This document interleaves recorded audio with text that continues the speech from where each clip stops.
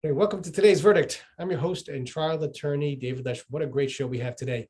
Three distinct issues. First one, going to be talking about Alyssa's law and the ability to have law enforcement come directly to a school immediately if there's a problem through a panic button, if you will. Very, very interesting issue.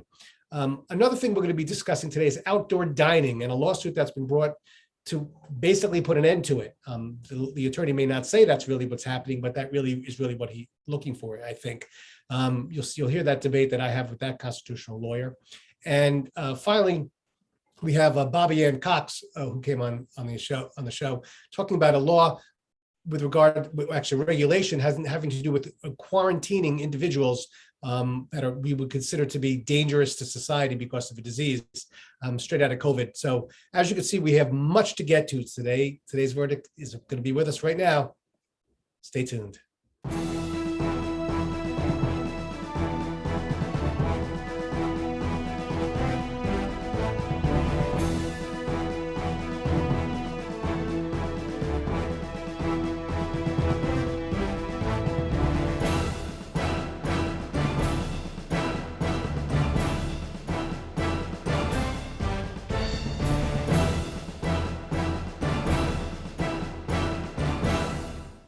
All right, welcome back to today's verdict. I'm your host and trial attorney, David Lesch.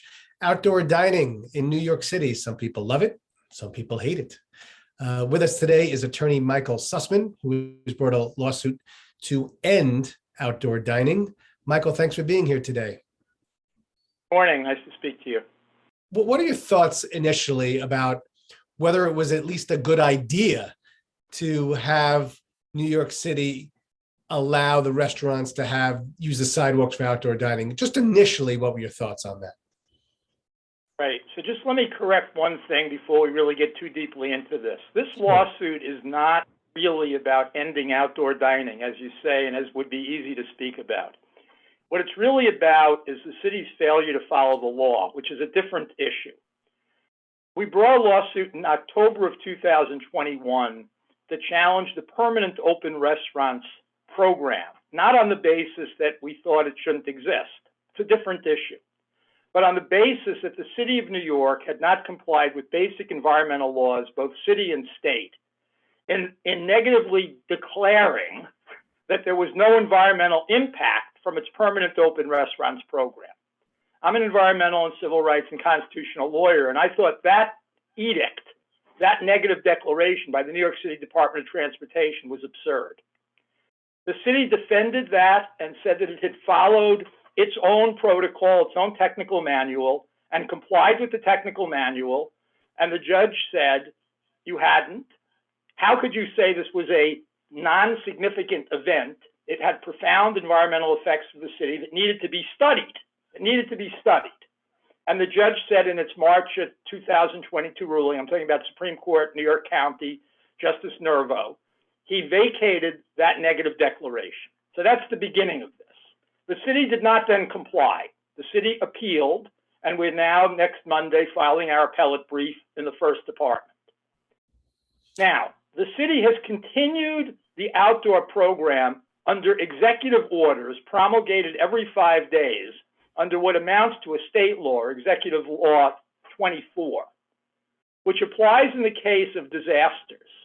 To answer your first question, there was a disaster. And in June of 2020, when this program started on an emergency basis, we did not oppose it. We did not go to court, and it went on. The problem is that the predicate legally, and you're a lawyer, it's a legal program, the predicate for this legally is vacant, it's vacuous. There is no extant public health emergency in New York, and every other action stated by Eric Adams says that.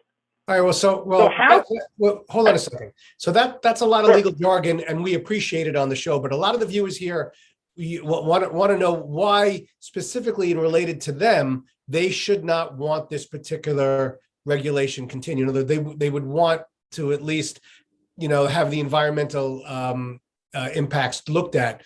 Is it rodents? Is it noise?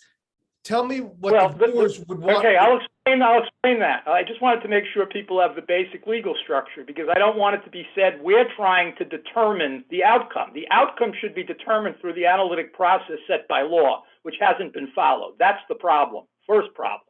Now, why are people concerned? Yes. We've submitted in these two lawsuits 50 affidavits, literally, from individuals throughout the city, all boroughs except Staten Island, where the program is very nascent if it exists at all. And those affidavits show a huge increase in noise, 311 complaints, a significant increase in sanitation and rodent issues, tremendous street congestion, which affects the elderly and disabled and makes it much more difficult for them to navigate their neighborhoods, because you have 12-foot streets, 20-foot streets, 8 to 10 to 12 feet of which are taken up by these sheds, and people having a much harder time simply walking in their neighborhoods, as they've attested to. So those are some of the issues. And again, the affidavits of those citizens and residents speak to those issues very eloquently, more than I can. But they do speak to them. And the city has not provided an inclusionary process, which is required by SECRA, C or S, that is the state or the local law, to allow that input. Is there a compromise somewhere along the line here where certain restaurants would be allowed it, maybe during certain seasons, with maybe somebody, an inspector coming within every couple of weeks to check for noise and to check for rodents? Is there any type of settlement that you see that could possibly come down the road? The city of New York had an open cafe program before COVID. That program was not challenged by my clients in any neighborhood, and it did exist.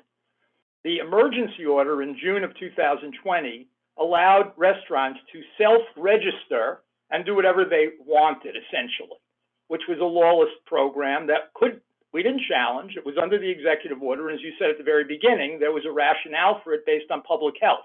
Restaurants were not allowed to operate to capacity or anything near capacity because of social distancing, and people were encouraged not to be inside. We're not in that regime anymore.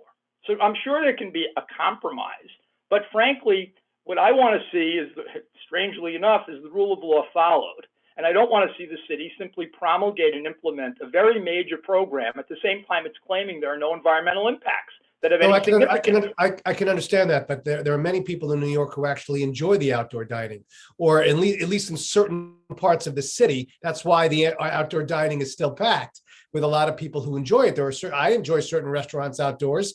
I agree, though, there are certain restaurants that are dirty and noisy, and I would want them to be closed. The only question is, which ones do you choose, and how do you maybe satisfy all groups, if that's even ever a possibility? That's really what I'm getting at. There's the rule of law, and, you know. Yeah, but the problem is, here's the basic problem. You know, the New Yorkers, and I'm one of them, speak vehemently and passionately about Donald Trump and the fact that people want to rule in an autocratic manner. And I don't agree that we should simply get to the end result. I think the issue is there's a process, and that process takes into account what you've just said. People who want it, people who think they economically benefit from it, people who, whatever their position is, they should be heard. Yeah. By having a negative declaration, they're not heard. Let's get back to the system now. So now we're in the appellate courts, right? Appeals are it's going to be argued. What's the next step? On one issue. Well, there are two different lawsuits. Just so it's clear, there are two different lawsuits. The first lawsuit is about POUR. POUR is the Permanent Open Restaurant Program. The court has annulled the negative declaration. The city's appealed that annulment, and we're now in the appellate court on their appeal. The second case we just filed for a notice of petition. It's before Supreme Court Justice, a different Supreme Court Justice, and that justice is now going to hear our challenge to the existence of the emergency program, which is what now exists throughout the city. And they're not going to consider that lawsuit just to be duplicative of the initial lawsuit to begin with?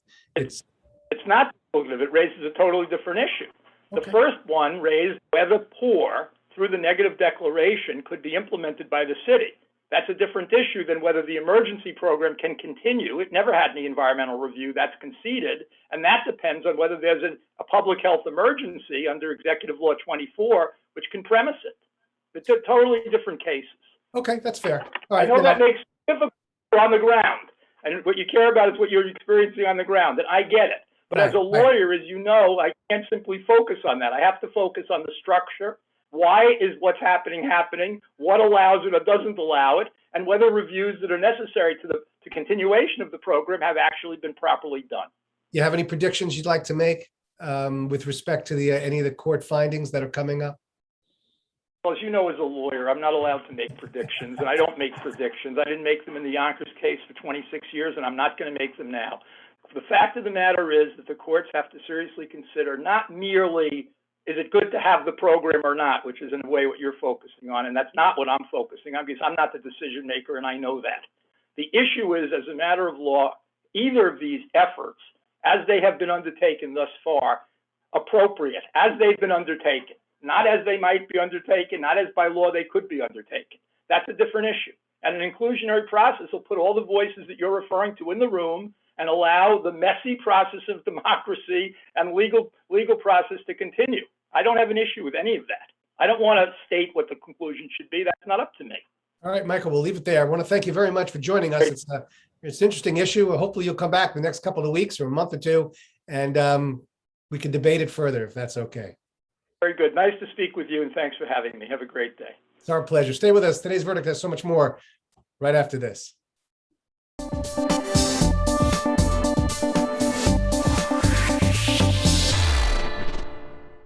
All right, welcome back to Today's Verdict. I'm your host and trial attorney, David Lesch. We continue our series with laws, regulations that may not be in the public's interest. And we're going to be talking about New York State and quarantining those with certain, you might say, ailments or maybe a disease. And we have with us, joining us, Bobbie Anne Cox. She's an attorney. Bobbie Anne, thanks for being here today. Yes, thanks so much for having me. All right, so let's give the viewers a little bit of a background of how you got involved in this particular issue. And, you know, even if you want to just define what quarantine means, if you could. Go ahead. Sure. So, yeah, I'm an attorney here in New York. I've been practicing for almost 25 years now. Basically, I brought this case on behalf of a group of New York State legislators, Senator George Borrello, Assemblyman Chris Tague, and Assemblyman Mike Lawler, together with a citizens group called Uniting New York State. So I'm representing them in this litigation, and we sued the governor, the Department of Health, the Commissioner of Health, and the Health Planning Council for a regulation which they promulgated and have been promulgating since actually it started under Cuomo, and then when Hochul became the governor in August of 2021, she just continued promulgating this regulation up until July 8th, when the court struck it down and deemed it unconstitutional. But in essence, what this regulation said was that the Department of Health could basically pick and choose New Yorkers that they wanted to force to quarantine or isolate. And they did not have to prove that you actually had a communicable disease. When there is an emergency, and our country has done this in the past with respect to quarantining during certain times, with respect to the outbreak of certain flus and other things, would you agree or disagree that this was necessary during the onset of COVID without any vaccines, without really even knowing how it affected us? No, because we already have a law in New York State, which is Section 2120 of the Public Health Law, which has been on the books for about 70 years. So it's been decades that we've got this law. And if the governor and Department of Health really were concerned about health and safety, they could have simply been enforcing that law, which is on the books, which does have due process protections built into it for the citizens. And for anyone who's listening or watching that's not sure what due process means, it's really just protections that are put into laws and regulations to keep the government in check so that they don't abuse the power that they have. So it's like rights for citizens that are built into the laws. And Section 2120 of the Public Health Law, which we've had for decades, has several due process protections built into it to make sure that the citizen is being treated properly and their rights are not being trampled upon in the name of health and safety. But what this regulation did was stripped every single due process provision out of that law, and gave this tremendous power to the Department of Health. They could tell you that you had to lock down in your home. They could remove you from your home and put you into a facility of their choice. You had no say in it. And they got to keep you there or lock you down in your home for as long as they wanted. There was absolutely no time restriction. So Did they do that? Did they use their regulation and enforce it in such a way that they forced a quarantine? They claimed during the proceedings and during oral arguments in front of Judge Plotz that they were not using it and that they just wanted to have the power in case they wanted to use it.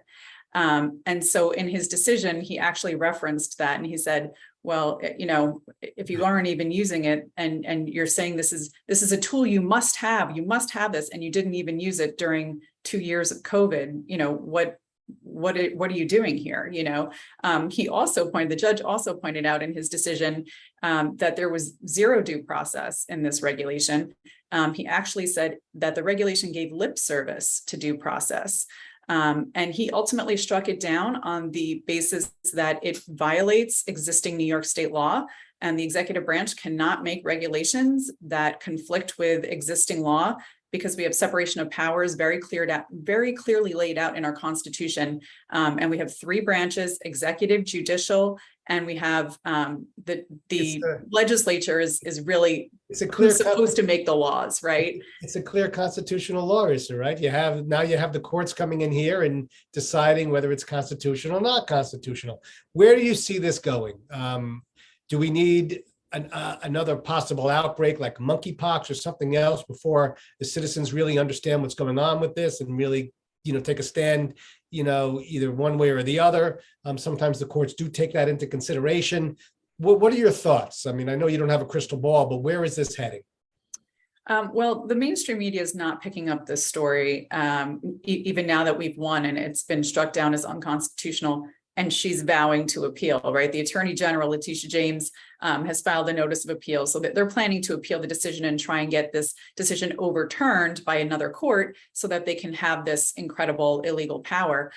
So I think that the mainstream media is not picking this up because this is an election year here in New York.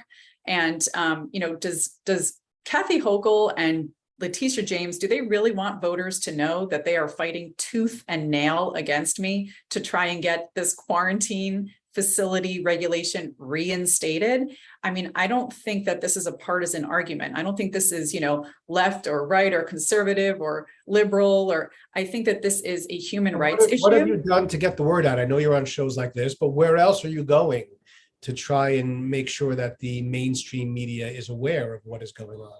Yeah, I am working with a couple of citizen groups to try and get the word out. Of course, Uniting New York State, they are on the lawsuit, and Children's Health Defense, which is a pretty prominent children's, you know, citizens group that fights for children. They are helping me get the word out. You know, OAN News Network just picked up the story. The New York Post has done an article on this already. And there have been a lot of podcasters and bloggers, local radio. I've done a lot of local radio interviews. I've written articles myself, published in the American Thinker. So the word is getting out. It's just not being picked up by mainstream media for the most part. And so we are trying to break the story. Well, unfortunately, I think it would be picked up if there's another bad pandemic.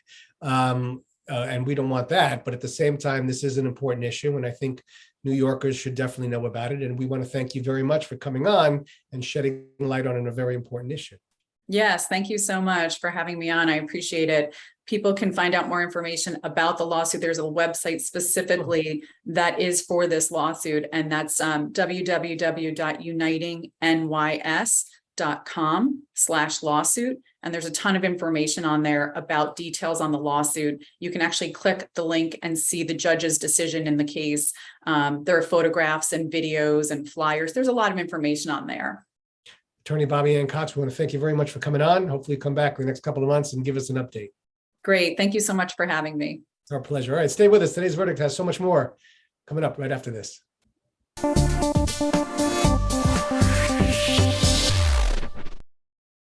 right, welcome back to today's verdict. I'm your host and trial attorney, David Lesch. We have State Senator Elijah Reichlin-Melnick with us. I got the name perfect. You did. How you doing, Senator?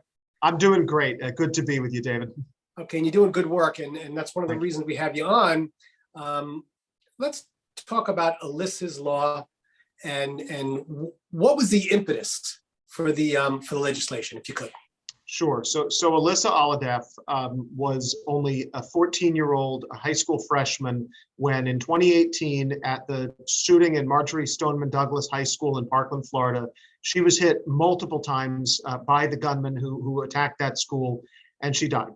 She was one of the almost 20 students that day who were killed.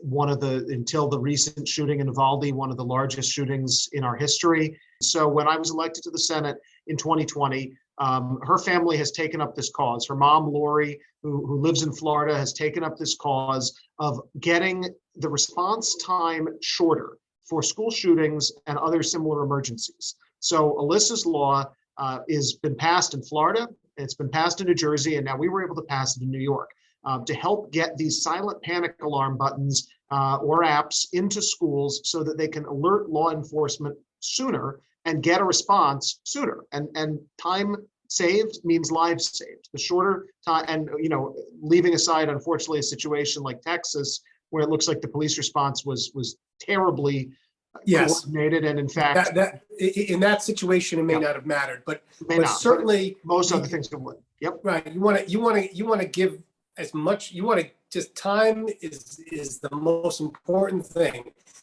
Now, what I want to ask you about is these buttons themselves. I kind of want to visualize this. Is this sitting next to the security officer as you go into a school? Is this in the principal's office? Where are these silent buttons? Sure. I don't understand. So it really could be anywhere. You can do it, and the sort of traditional way to do this was with a hardwired button that literally looks like something you push as a clicker or a button.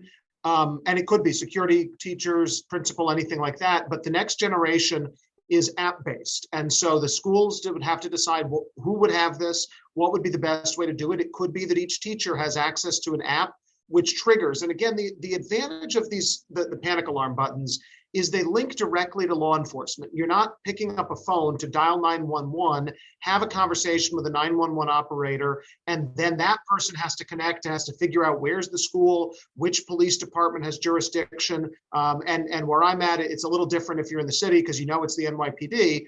But in the suburbs where I'm at, we have multiple different police departments depending on the town, the village. It can get very confusing for a 911 operator to try to figure out who needs to respond. And that time can cost lives. So that app or the panic button itself has already been programmed to go specifically to the police district, or whether it's the SWAT team or wherever it is, it goes to the closest one who's the best equipped to handle the situation. Am I correct? It would go, as I understand it, and again, you could program it however you choose to program it. The law doesn't tell you how to do that. But the idea is it would go to the relevant police jurisdiction. So I live in the town of Orangetown in Rockland County. And so if you were a school located in the town of Orangetown, it would connect directly with the Orangetown Police Department. And so that the police would be able to know right away, sooner than they might if somebody has to call 911.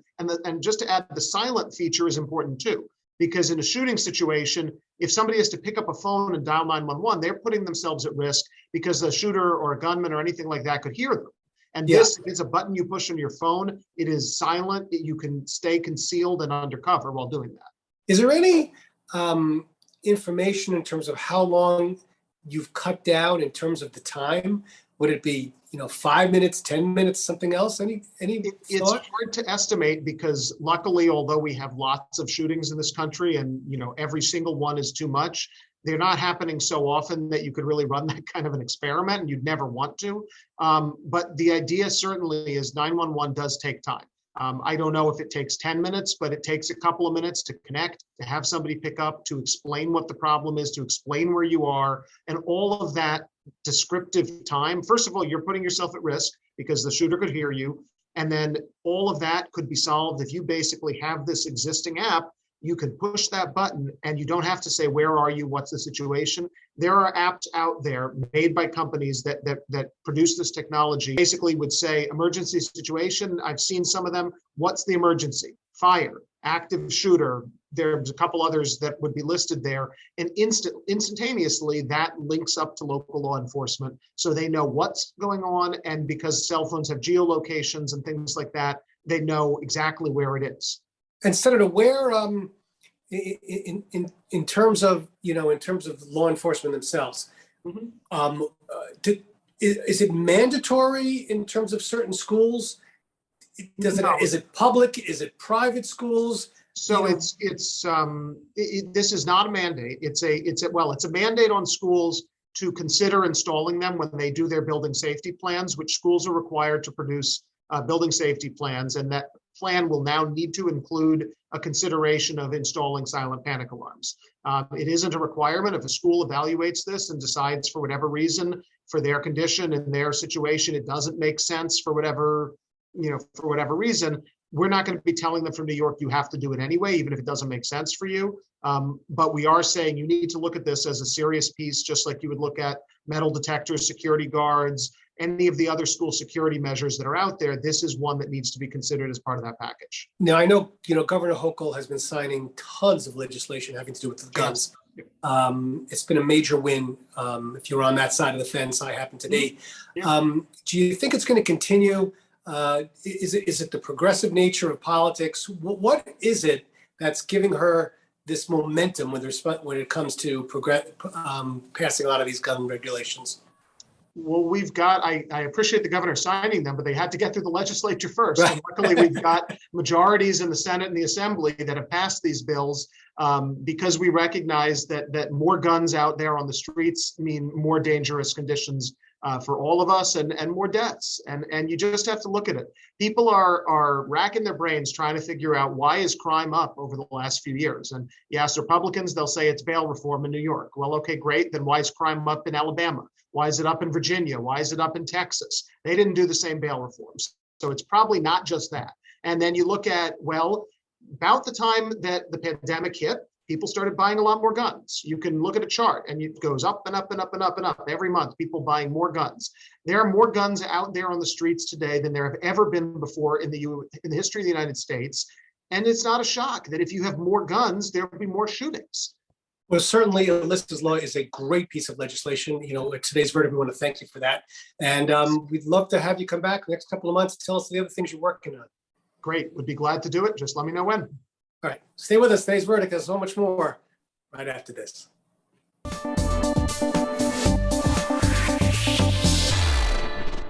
All right. Well, that's all we have for today. I'd like to thank our three guests for joining us. And of course, you, the viewers, for watching. If you have an issue or a topic you'd like me to cover on a future edition of Today's Verdict, just feel free to email me at davidlesch@bronxit.org. Until the next time, know your issues, reach a verdict. I'll see you in 2 weeks.